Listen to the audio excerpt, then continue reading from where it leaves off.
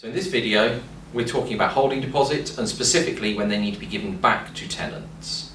We already know that a holding deposit is capped at 1 week's rent and it's to take the property off the market while we do all the work to prepare the tenancy, and it can be kept for 15 days to what is known as the deadline for agreement.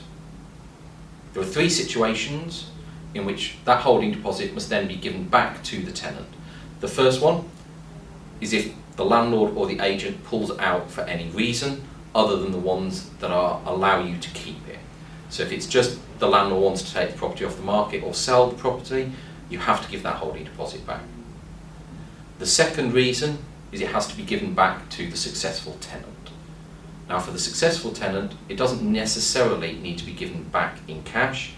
It can go towards the first month's rent or the security deposit. To avoid issues about when the 30 days start running under the tenancy deposit protection legislation, we would recommend you put it towards the first month's rent. But you can only do this if you have the tenant's express consent in writing.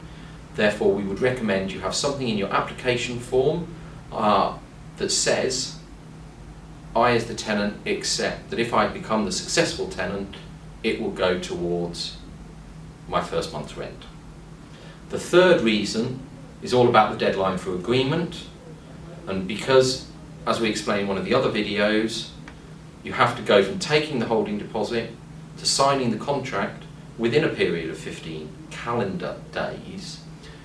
If it is the landlord or the agent's fault that you pass that deadline for agreement, those 15 calendar days, even if you can withhold it for another reason, you have to give that holding deposit back.